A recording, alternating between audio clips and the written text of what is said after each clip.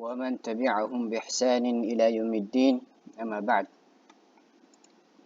السلام عليكم ورحمة الله تعالى وبركاته. عليكم السلام ورحمة الله وبركاته. وعليكم السلام ورحمة الله وبركاته. Ito ay pagpapatuloy ng ating natalakay kahapon. Walang iba kundi ang suratu Al-Bayyinah. At upang may connection ng ating papaliwanag ay saka kahapon nabanggit natin dito yung mga aya na ito na nakikita nyo kung saan sinabi ng Allah subhanahu wa ta'ala ba'da a'udhu billahi minash shaitanir rajim bismillahir rahmanir rahim lam yakun alladhina kafaru min ahli alkitabi wal mushrikeen munfakina hatta ta'tiyahumul bayyinah rasulun min Allah yatlu suhufan mutahharah fiha kutubun qayyimah. Dito sa mga aya na ito kung saan ang Allah subhanahu wa ta'ala ay nabanggit niya rito kung papaano at gaano katibay, kalakas yung kapit ng mga musyrikon, mga ahlul kitab at mga nagtatambal sa Allah subhanahu wa ta'ala sa lahat ng klase nito. Hindi sila aalis sa kanilang pinaniniwalaan hanggat hindi dumating sa kanila kapalit ito ang napaka-linaw na palatandaan.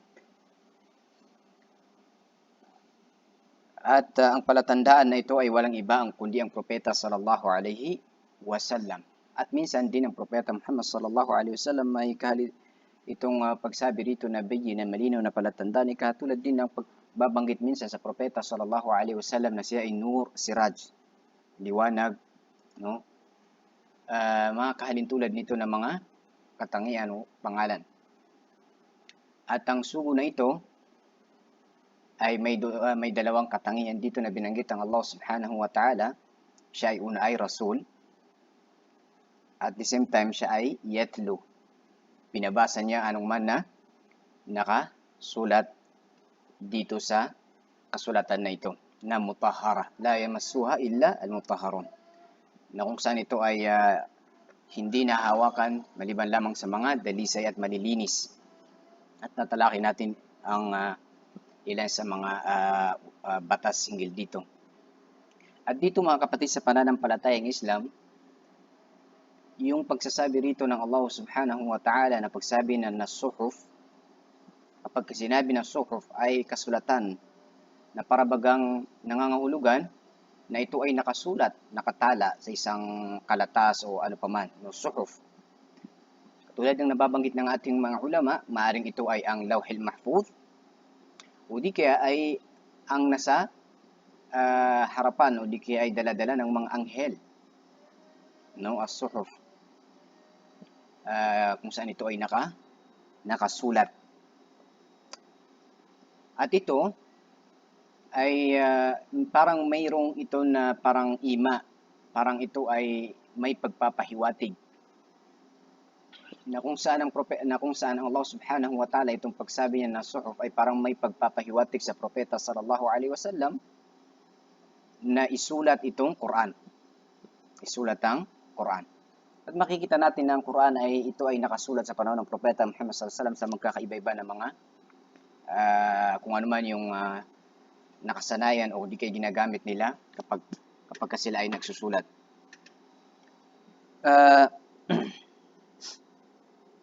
Sinabi rito ng Allah subhanahu wa ta'ala sa ikatlong aya, fiha kutubun qayyimah. Fiha kutubun qayyimah.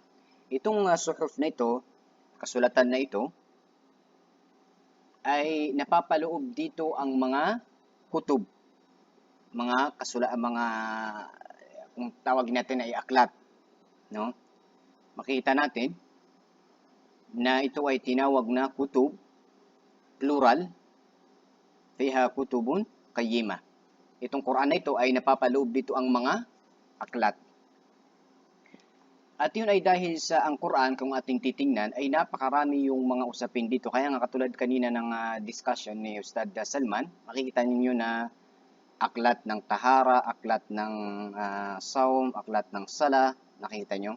Bab, kitabus sala, kitabut tahara.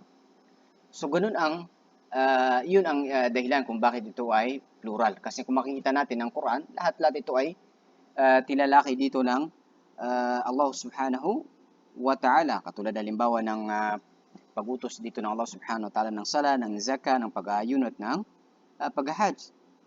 So ito ay tinatawag na kutub dahil ang kutub, kitab, ang original dito ay maktubat, ay mga nakasulat. Ang original na, ang ibig sabihin ng kitaba ay maktub. Ibig sabihin ay nakasulat. Yan ang ibig sabihin ng kahulugan sa wikang Arabic na tinatawag na kitab ay maktub. Nakasulat. At dito sa Quran na ito ay nakasulat din dito ang mga kwento ng mga nauna na mga panahon at mga ano pa man ng kanilang mga pinaniniwalaan o di kay mga iniutos sa kanila ng Allah subhanahu wa ta'ala. Yung ilan sa mga inutos sa kanila ng Allah subhanahu wa ta'ala ay mababasa rin sa Quran. Ito ay mababasa rin sa Quran. At mapapansin natin dito na ang Allah subhanahu wa ta'ala ay tinawag niya na qayyima. Tinawag niya ito na, itong mga nakasulat na ito sa libro na ito, sa Quran, ay ito ay qayyima. Ibig sabihin ng qayyima ay mustaqim. Ibig sabihin ay hindi ito nakalihis o hindi ito ligaw, kundi ito ay diretso, ito ay matuwid. Ano man ang nakasulat dito sa Quran na ito ay makatotohanan at walang kasinungalingan, walang pagbabago, walang pagdadagdag. Yan ang ibig sabihin ng qayyima. At ang pagsasabi rito, o di kaya pagbibigay ng katangian sa libro na ito na tinawag niya na qayyima ay upang hindi pumasok sa isipan ng mambabasa kapag nabasa niya na sa libro, sa Quran na ito ay nakasulat ang mga kwento ng mga nauna ng mga panahon at mga inutos din sa kanila, ay upang hindi pumasok sa kanyang isipan na baka pati yung mga pagkakamali, hindi tulingid sa ating kaalaman na ang mga ahlul kitab, mga Hudyo man o di kay mga Kristiyano, ang kanilang mga kasulatan ito ay nabago. Hindi tulingid sa ating kaalaman. So upang hindi pumasok sa iyong isipan na baka pati yung mga pagbabago sa kanilang mga kasulatan ay baka pati yun ay nai-transfer din dito sa Quran. Hindi. Kaya nga tinawag niya na qayyima. Ito ay matuwid. Ito ay diretso, walang halo na kaligawan, kalihisan. Ito ay matuwid. Lahat ng mga nakasulat dito na kwento, batas, ito ay makatotohanan. At yan ang sikreto ng pagbanggit ng salita na qayyima.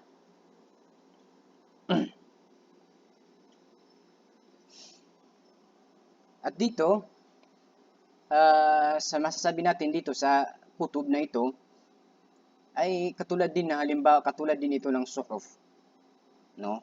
Na kumbaga parang ito ay may pagpapahiwatig na ito ay may sulat sa libro itong Quran na ito.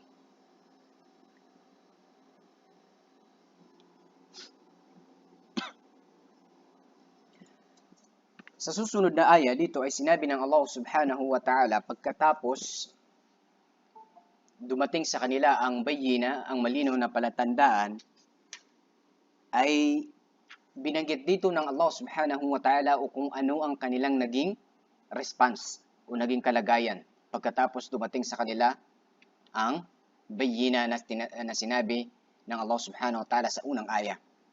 At sinabi ng Allah subhanahu wa ta'ala, وَمَا تَفَرَّقَ الَّذِينَ أُوتُوا الْكِتَابَ إِلَّا مِنْ بَعْدِ مَا جَاءَتْهُمُ الْبَيِّنَةُ. At hindi sila nagkahiwa-hiwalay, nagkasalungatan, naghahati-hati, no? Sila na binigyan ng kasulatan maliban pagkaraan lamang na dumating sa kanila ang malinaw na katibayan.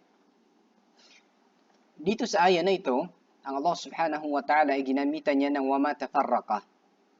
Hindi niya halimbawa ginamit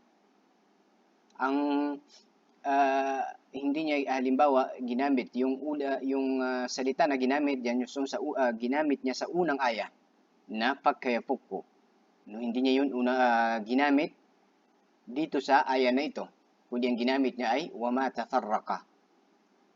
Hindi sila nagkahati-hati. At ito kapag binasa natin ng paulit-ulit itong salita na tafarraqa, dahil doon kasi sa mumfakin, ibig sabihin mumfakin ay talagang hindi sila tarikin o matrukin, hindi sila aalis doon na kung saan katulad na banggit natin, ito nangangahulugan ng mahigpit na pagkakapit.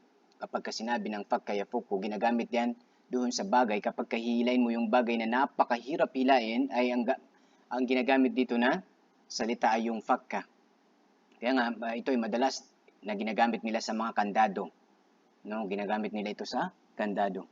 Itong salita na fakka, fakka. Dahil ito ay mahirap na hilain. At dito, kapag binasa natin itong salita na ito na matafarraka, ito ay parang may halo ng pagkayanig ng kanilang pinanghawakan, no? Kasi tingnan mo minsan hindi nagkakahiwalay isang bagay maliban lamang kapag mayroong kaunti na nagpagalaw dito. Kapag may nagpagalaw nito, saka makikita mo sila na nagkakahiwalay at nagkahati-hati, di ba?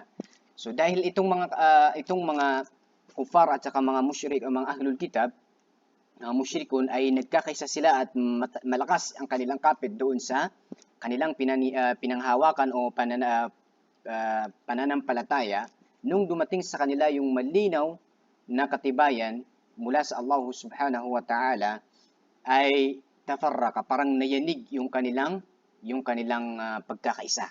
Nayanig yung kanilang pagkakaisa. Kung kaya sila ay nagkahati-hati, may mga mananampalataya na pumasok sa kanila, tinanggap ang panawagan ng propeta sallallahu alaihi wasallam, at meron din naman na nanatili sa kanyang pananampalataya.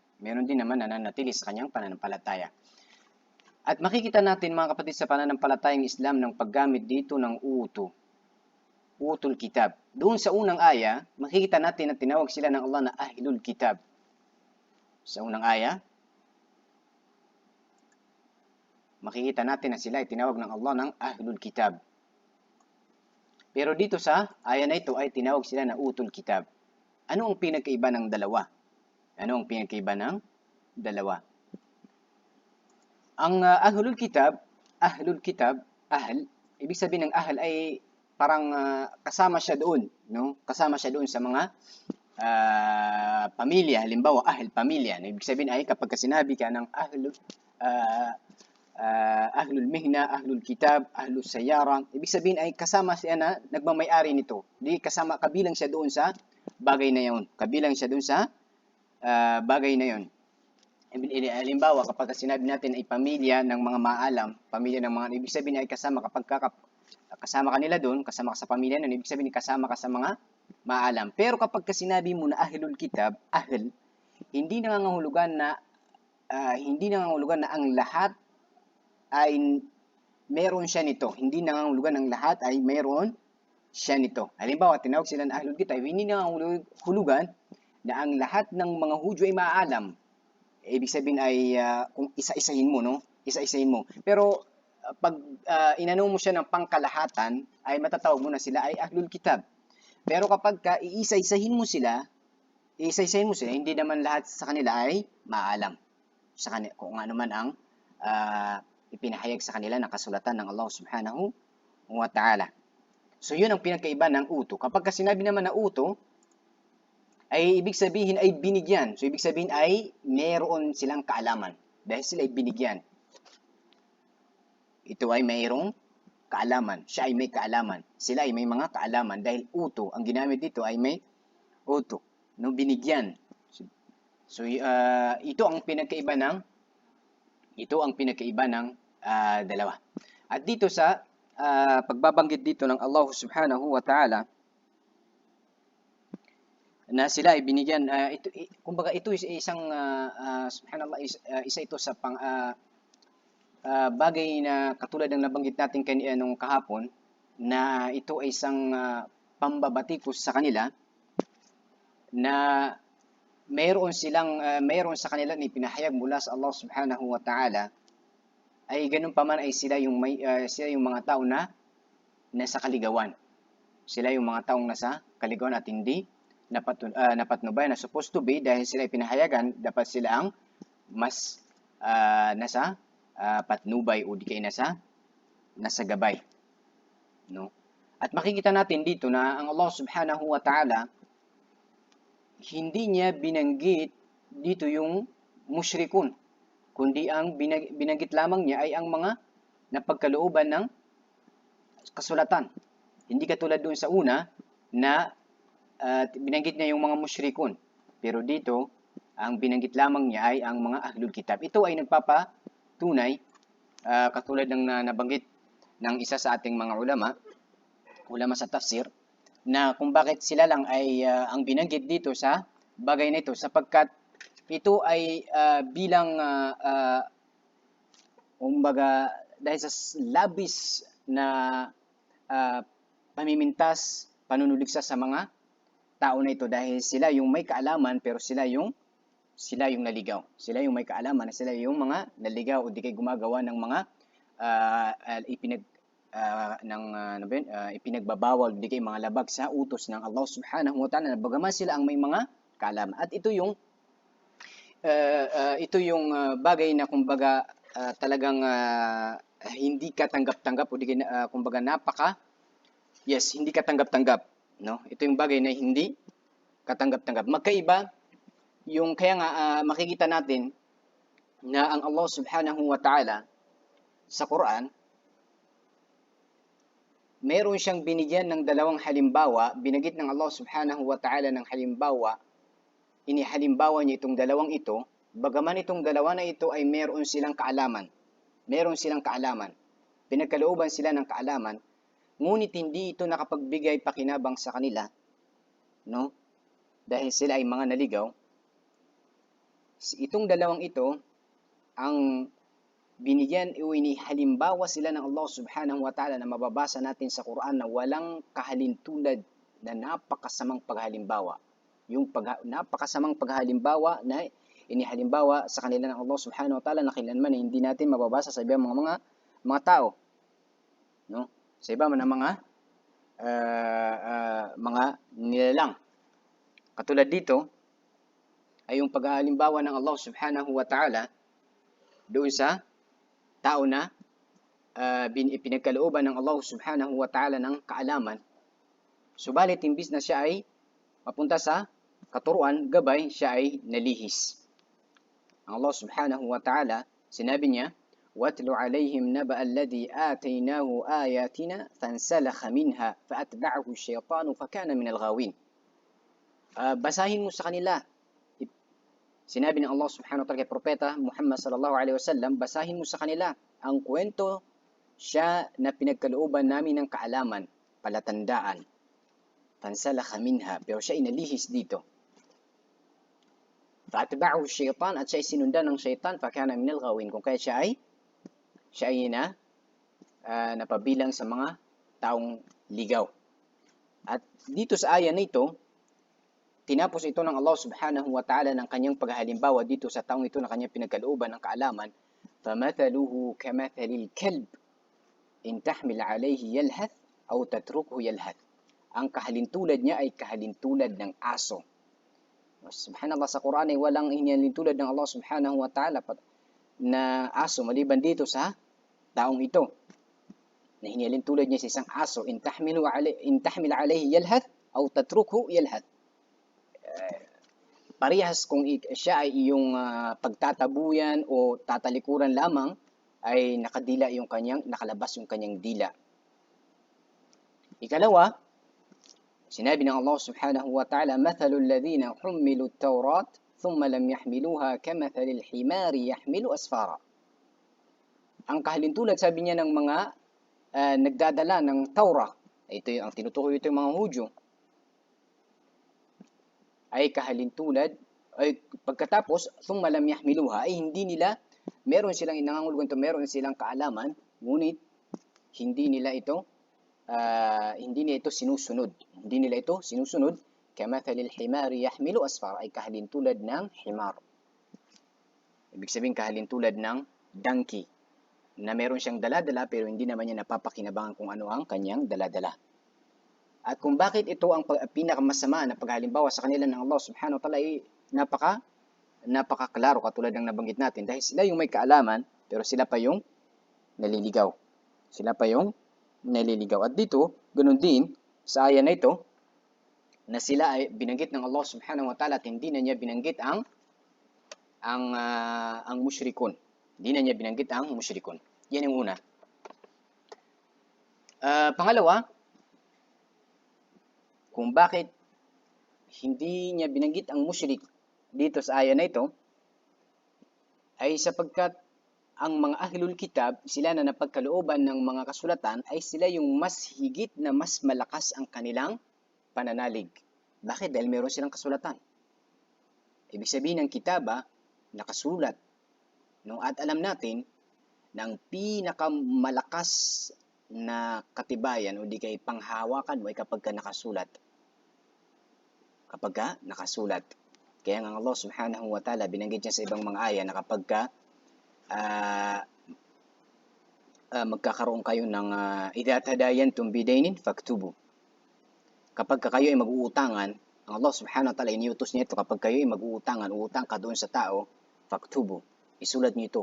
Dahil itong kasulatan na ito na naisinulat niyo, ito napakalaking hindi ito madidinay ng isang tao. 'Di ba? Nakita natin ngayon ang lahat ng mga para mapatunayan na pagmamay-ari mong bahay mo, meron ka pang may papakita na katibayan o di kaya yung lupa, meron ka pang may papakita ng certificate, halimbawa.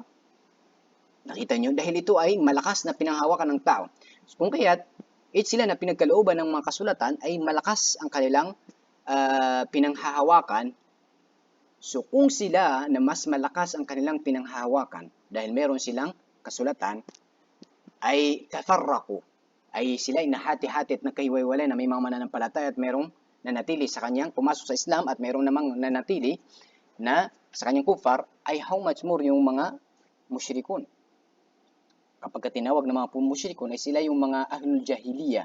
Ibig sabihin, sila yung mga tao na sumasamba sa mga puno, kahoy, bato, buwan, araw, wala silang kaalam.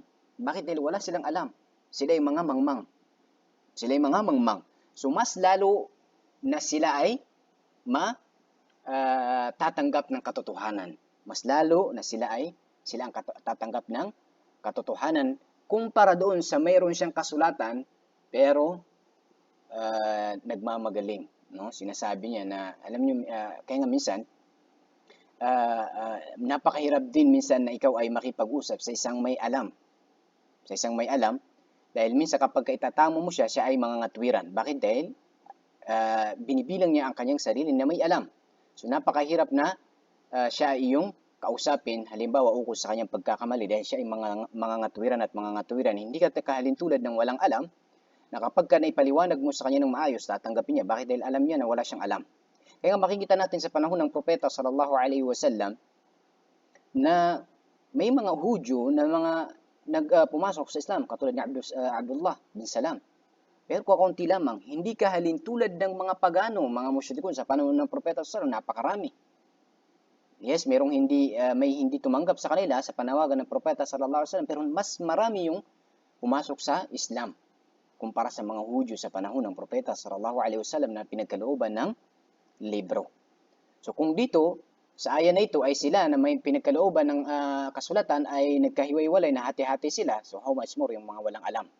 So yun ang pangalawa kung bakit ito lang ang binanggit dito na hindi niya binanggit ang mga musyrikun.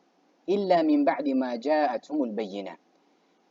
Makikita natin mayroong kapansin-pansin dito na parehas na binanggit ng Allah subhanahu wa ta'ala dito sa aya na ito at doon sa unang aya, yung bayyinah. Pero dito ay ginamitan niya ng ja'a. Pero kung titingnan natin doon sa una ay ta'ti. Dalawang salita na halos parehas ang pagkakahulugan, pero mayroong pagkakaiba. Mayroong dalala, mayroong pagpapahiwatig at ito ay masyadong detalyado, no? Masyadong detalyado at inshallah sa mga may alam sa lingwaheng Arabic, pwede nilang itong hanapin. Sinabi ng Allah subhanahu wa ta'ala, وَمَا أُمِرُوا إِلَّا لِيَعْبُدُوا اللَّهَ مُخْلِصِينَ لَهُ الدِّينَ حُنَفَاءَ وَيُقِيمُوا الصَّلَاةَ وَيُؤْتُوا الزَّكَاةَ وَذَلِكَ دِينُ الْقَيِّمَةِ. Dito sa ayon na ito, mga kapatid sa pananampalatayang Islam, ang Allah subhanahu wa ta'ala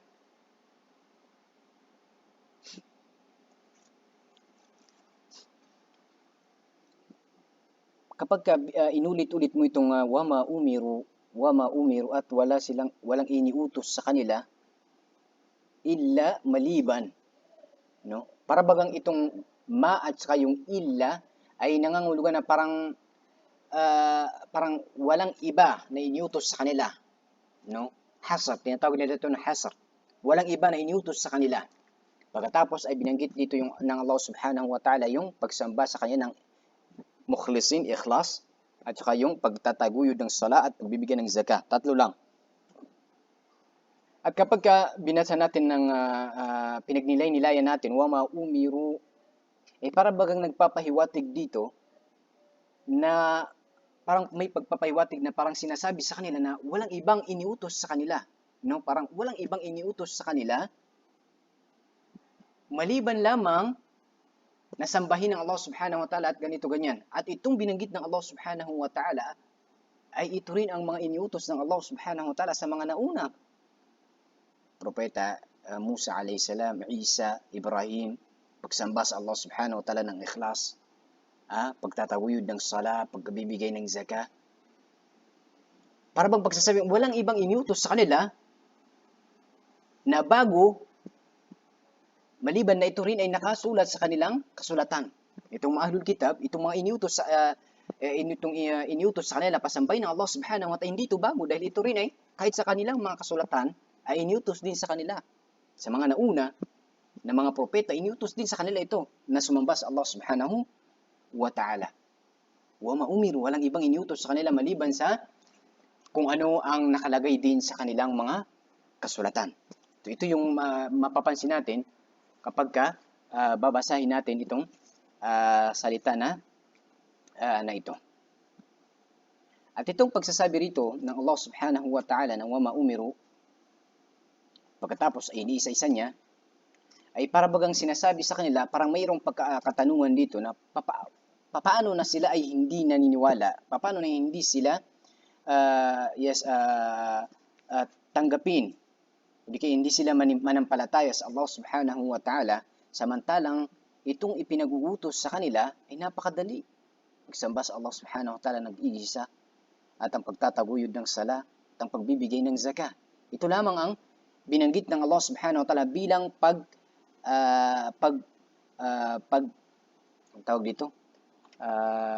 pagpapadali, no? Bilang pagpapadali sa kanila. So, paano na hindi sila manampalatayang talang napakadali yung iniutos lamang sa kanila. At dito, ang Allah subhanahu wa ta'ala, inunya rito ang ikhlas. Walang iba kundi sila ay pagsamba sa Allah subhanahu wa ta'ala ng may kasamang ikhlas. May kasamang ikhlas. At ang ikhlas, ito ay laging binabanggit ng ating mga ulama na ito ay al-khulus min al-laban. Lagi nilang inihalimbawa rito yung halib. Dahil yung gatas, kung bakit ay dahil sabi nila yung gatas ay dahil sa napakaputi nito, no, napakadalisay nung gatas, napakaputi, kung kahit kapag nilagyan mo ito ng kaunti lamang na hindi gatas, tubig o ibang kulay, ay kumbaga makikita mo kaagad, no? Makikita mo kaagad. So ganun din ang pagsamba sa Allah subhanahu wa ta'ala na kung hindi maaari na ito ay mahaluan ng pagtatambal sa Allah subhanahu wa ta'ala. Hindi ito maaari na mahaluan ng pagtatambal sa Allah subhanahu wa ta'ala. At dito ay binanggit ng Allah subhanahu wa ta'ala ang ikhlas dahil walang kailanman ay hindi tatanggapin ang isang gawa pagsamba sa Allah subhanahu wa ta'ala maliban lamang sa ikhlas. Maliban lamang sa ito ay isagawa mo alang-alang sa kaluguran ng Allah subhanahu wa ta'ala ng walang pagtatambal. No? Yan yung pagpipili ng Allah subhanahu wa ta'ala dito sa Tatlo. Pagkatapos kanyang sinabi na yuqimus sala, itataguyod nila ang sala. Makikita natin sa Quran, mga kapatid sa pananampalatayang Islam, ay laging sinasabi ng Allah na wayuqimus sala, wayuqimus sala. Hindi niya sinabi na wayusalli, wayusallun. Sa Quran, lagi niyang ginagamit yung iqama. Qama yaqumu. Aqama yuqimu. No, iqama. Yung wayuqimus sala. Dahil yung pagsasabi ng iqamatus sala at doon sa yusalli, halimbawa, yusalli, no, samantalang yung salib, magsasala, merong itong pinagkaiba. Merong itong pagpapahiwatig, dilala. Tinatawag na dilala o pagpapahiwatig, na kung saan itong pagsasagawa mo ng sala ay hindi lamang pagsasagawa ng pagroroko, pagsusujud, ng gawain ng katawan. Kaya makikita natin na kapag ang propeta sallallahu alaihi wasallam ang nagsasabi dito ay binabanggit niya yung salla. Sallu kama ra'aytumuni usalli. Binabanggit niya yung sala, yung salla, yung word na salla. Sallu kama ra'aytumuni usalli. Bakit? Dahil ang propeta sallallahu alaihi wasallam kapag ito ay kanyang binabanggit, siya ay tumutukoy sa paraan ng pagsasala. Paraan, yung posisyon. Tatayo ka, yung mga kamay mo ilalagay mo sa dibdib, magruruko ka, magsusujud ka, yung posisyon kapag ang propeta sallallahu alaihi wasallam ang nagsasabi nito. Pero dito sa Quran, ang ginagamit ng Allah subhanahu wa ta'ala ay yuqimu. Bakit? Dahil ito yung pinaka-importante sa lahat. Hindi pinaka-importante, yes, ito ay hindi matatanggap ang sala, maliban lamang sa kung ano ang posisyon ay tinuro ng propeta sallallahu alaihi wasallam. Pero ang pinaka-importante yung iqamatus sala.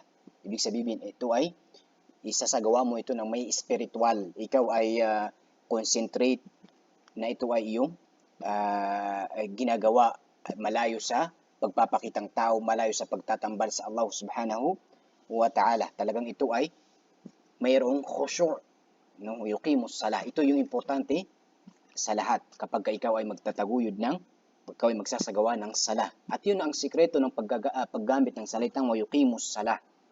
Hindi importante yung mga posisyon na ginagawa mo na at least na katulad ng mga iba, nakikita mo na para bagang at least ay napagyuko siya at napagruko sa sobrang bilis ng kanyang pagsasala. Pero yung iman niya habang nagsasala, lumilipad. Yung kanyang isipan at puso at isipan lumilipad. Wala doon yung iqamatus sala. Wala, hindi napapalob sa kanya yung tinatawag natin iqamatus sala. Dahil ang tanging ginawa lamang niya ay ang posisyon. Sana ay maliwanag yung pinagkaiba. Wa yu'tuz zaka. Pagbibigay ng zaka. Makikita natin dito sa tatlo na binanggit ng Allah subhanahu wa ta'ala na sinabi natin na ito'y binanggit lamang niya rito bilang pagpapadali. Dahil kung ating isipin ay pati ang pag-ayon ay binanggit din ng Allah subhanahu wa ta'ala na ito rin ay nauutos sa mga nauna ng panahon. Ito rin ay mga nauutos sa unang panahon. No? Kutiba alayhimus siyam. Inihubliga rin sa kanila ang pag-ayon sa mga naunang panahon na katulad ng pag-obliga sa inyo. Subalit dito ay binanggit lamang ito ng Allah subhanahu wa ta'ala bilang pagpapadali sa kanila. Pangalawa, ay dahil ito ang pinakadakila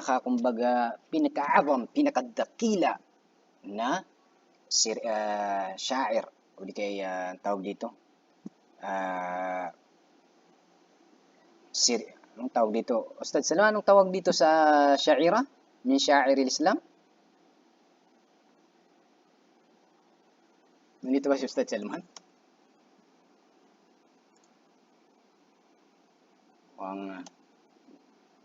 Okay. Ibig sabihin ng sha'ira, ito yung kapag ka nakita mo ay malalaman mo na siya yun. Katulad halimbawa ng Pilipinas, halimbawa pag nakita mo yung flag ng Pilipinas, alam mo na, di ba? So ito, ganun din kung dito sa tatlo na ito yung pinakamalinaw na kapag ka nakita mo ito sa isang tao, ay siya isang Muslim. So yun ang ikalawa kung bakit ito lang ang nabanggit na itong tatlo na ito. Dahil ito ay malinaw na sha'ir ng Islam o di kaya ay seremonya ng Islam. At ang ibada, ibada, katulad ng kahulugan ng ibada ay ang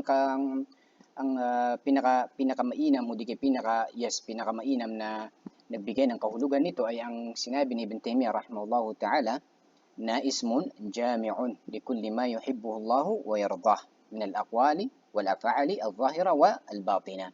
Sinabi ni Ibn Taymiyyah rahimahullahu ta'ala na ang ibada, li'abud ibig sabihin pagsamba, which is ibada, ay ito ay pangalan na sumasaklaw. Kasi kapag kung bakit ito ay napaka-importante na binabanggit itong sinasabi ni Ibn Taymiyyah rahimahullahu ta'ala ay dahil karamihan ay kapag narinig nila yung pagsamba, ang una-unang pumapasok sa kanilang sala ay sa kanilang isipan ay ang pagsasala. No? Yung pagsasala ng 5 beses. Pero hindi. No? Ang ibig sabihin ng pagsamba, ibada, ito ay pangalan na saklaw nito ang lahat ng mga ikinalulugod ng Allah, salita man o gawa, no? Na lantad o di kaya ay nakatago. Salita man o gawa, lantad o di kaya ay nakatago. Ito ay matatawag na pagsamba sa Allah subhanahu wa ta'ala. Hunafa, ibig sabihin ng hunafa ay lihis sa batil. Lihis siya, malayo sa kaligawan. Malayo siya sa kaligawan. At ito ay plural at ang singular nito ay hanif. No? Ibig sabihin ng hunafa, hanif, ito ay lihis, malayo sa kaligawan. At ito ang Islam. Ito ang Islam. At ito kapag sinasabi naririnig natin, nababasa natin itong salitang hunafa, ay parang ito ay may pagpapaalala sa mga naunang na mabubuting mananampalataya sa Allah subhanahu wa ta'ala at sa pangungunan ni Ibrahim a.s. na tinatawag siya ng Allah subhanahu wa ta'ala na Hanif. Si Ibrahim a.s. tinatawag ng Allah subhanahu wa ta'ala ng Hanif. So kapag nababasa natin yung hunafa ay parang naalala natin agad si Propeta Ibrahim a.s. na kung saan si Propeta Ibrahim a.s. siyang may pinakamataas.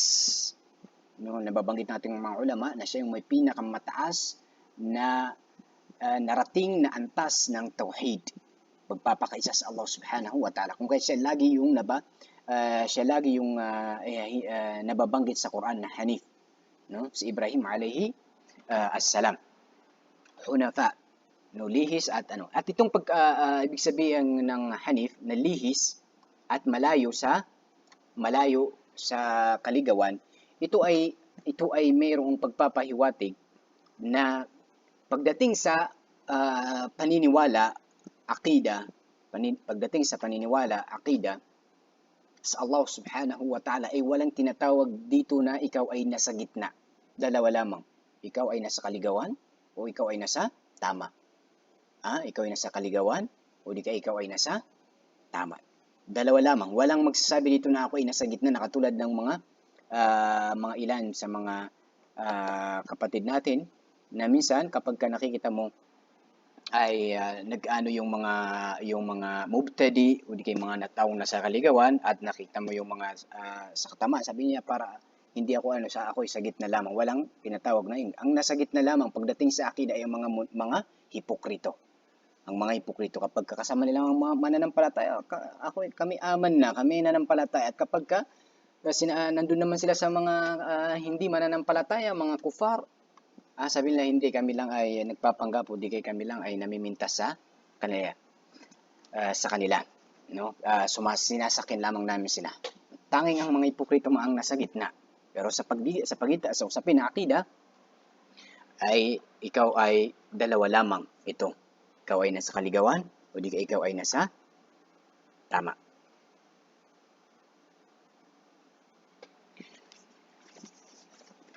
وَذَلِكَ دِينُ الْقَيِّمَةِ. At ito ang din. No, ito ang din. Ang din dito na tinawag dito ng Allah subhanahu wa ta'ala, ang din ay ito ay may dalawang kahulugan. No, din na kung saan ito ay gawa, relihiyon sa pamamagitan ng gawa, o di kay din na jaza. Din, jaza. Katulad halimbawa sa Suratul Fatiha, sinabi ng Allah subhanahu wa ta'ala, Maliki yawmiddin. Binanggit niya yung din. Maliki yawmiddin ay hari sa araw ng paggagantimpala. Din. Pero, kapag sinabi yung salitang din sa ikalawa nitong kahulugan, ay ito ay yung din, yung gawain. Mga iniutos ng Allah subhanahu wa ta'ala na magagawin mo dito sa mundong ito, ay yung mga gawain mo, pagsamba mo sa Allah subhanahu, pagsunod mo at pagtalima mo sa Allah subhanahu wa ta'ala, ito'y tinatawag na din. Ito'y tinatawag na din. At yun ang kaulugan doon sa sinabi ng Allah subhanahu wa ta'ala na al-yawma akmaltu lakum dinakum. Sa araw na ito ay kinumpleto ko sa inyo ang inyong din. At ang tinutukoy niya doon ay din ay yung mga katuruan, mga utos, mga gawain na natin, no? Dito sa Islam, sa reliyong Islam. So dito sa aya na ito, ang tinatawag dito na din ay yung paggawain. Yun ang gawain. Pagkatapos ang Allah subhanahu wa ta'ala, sinabi niya, innal ladhina kafaru min ahli alkitabi wal mushrikina fi nari jahannam khalidina fiha ulaika hum syarrul bariyah. Makikita natin ang Allah subhanahu wa ta'ala na kapag tinignan natin itong suratul Bayyinah, ay makikita natin ang Allah subhanahu wa ta'ala, inuna niyang banggitin ay ang mga kufar. Una niyang binanggit ay ang mga kufar at tinapos niya ito sa mga mananampalataya. Kapag tinignan natin, no? Innal ladhina amanu.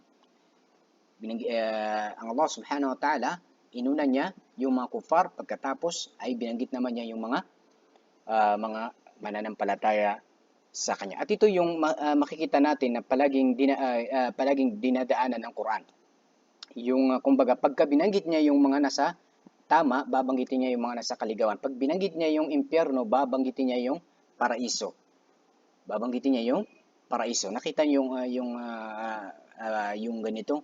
Ito ay yung tinatawag ng ating mga ulama na ito yung at-targhib wa tarhib. Ito ay may pagpapahiwatig na ang ikaw ay ang Islam ay hindi lang nakafocus doon sa lahat ay pananakot.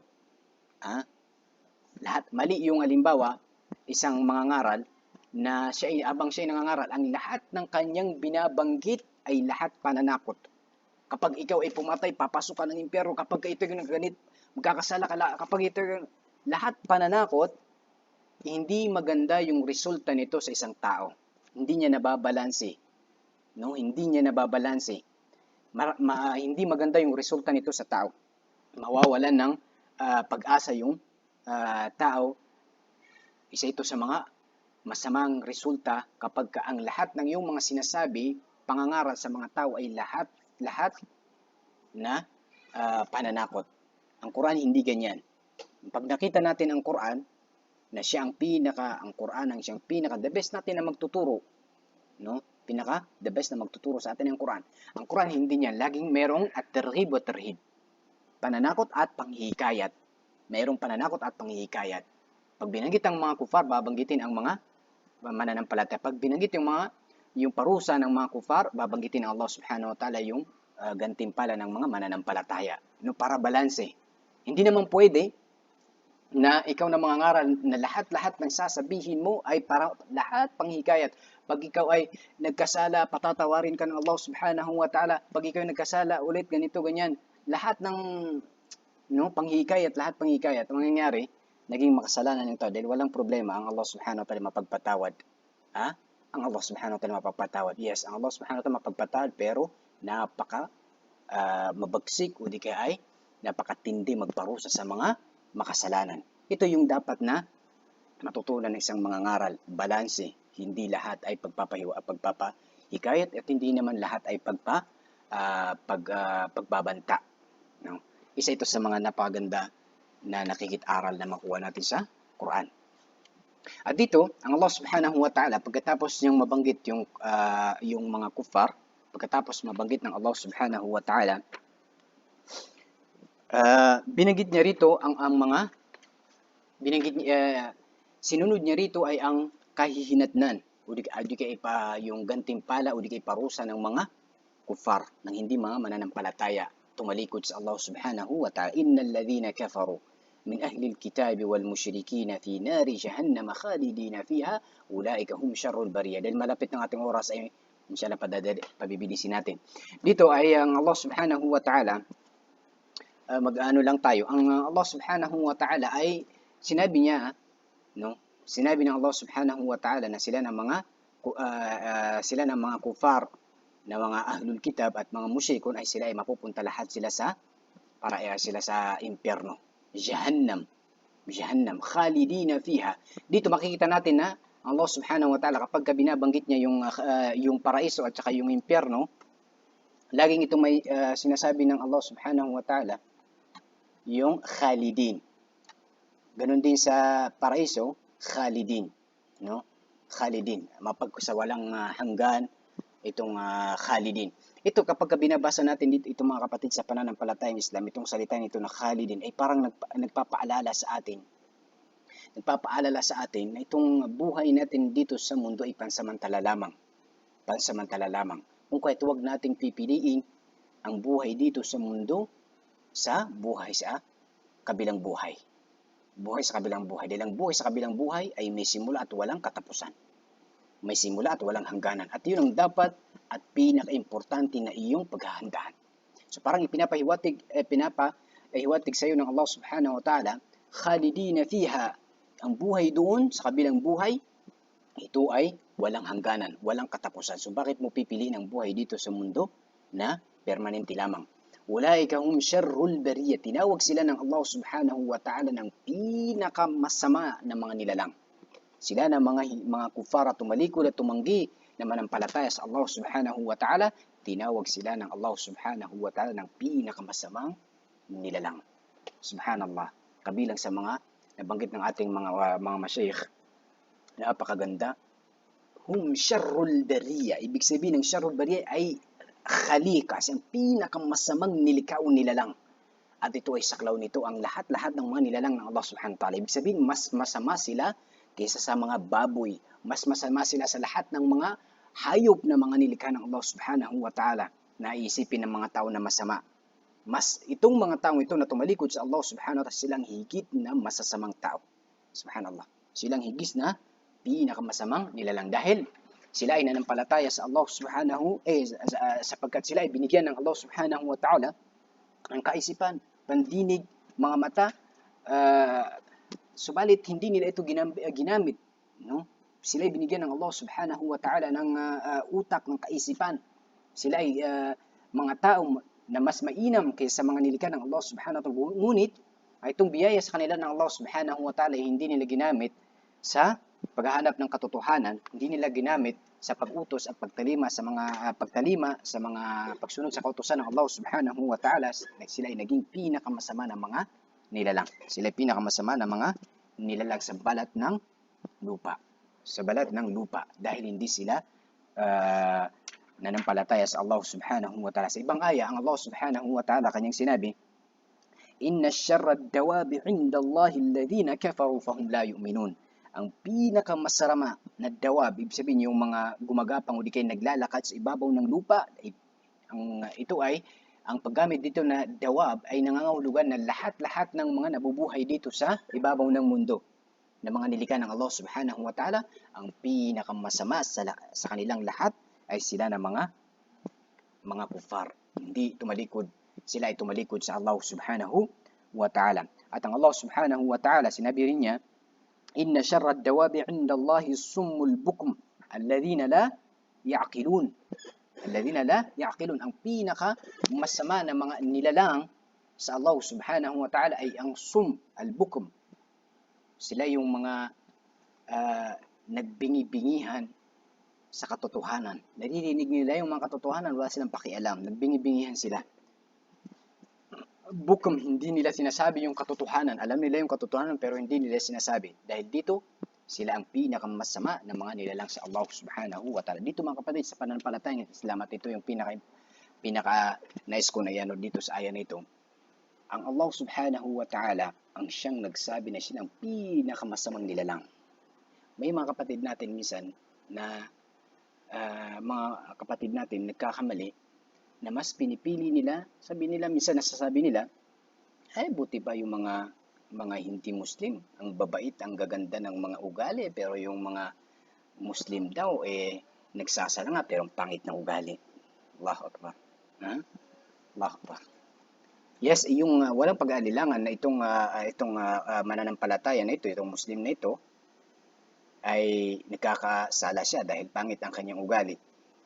Pero hindi ganun kasama doon sa tao na kafir. wag mong pipiliin yung kafir. Sabi na mabuti yun ay napakabait. Yun ay dito sa mundo. Dito lang yan sa mundo. Dahil napapakitungan mo siya ng maayos dito sa mundo pero sa kabilang buhay. Ha?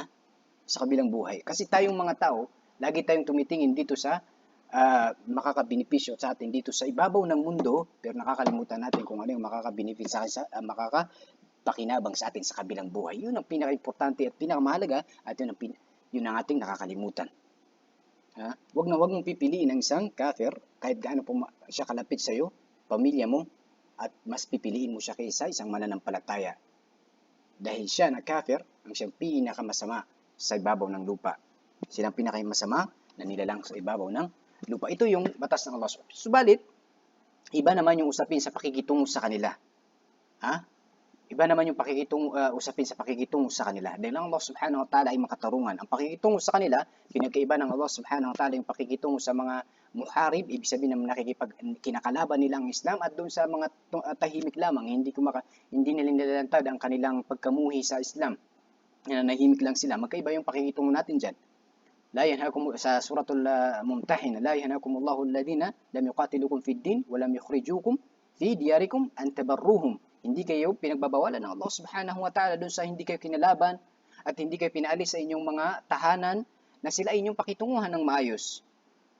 Wa tuqsitu ilayhim, at maging makatarungan sa kanila. Hindi pinagbabawal sa inyo ng Allah subhanahu wa ta'ala. Inna Allah yuhibbul muqsitin. Katotohanan ng Allah subhanahu wa ta'ala, iniibig niya yung mga makatarungan.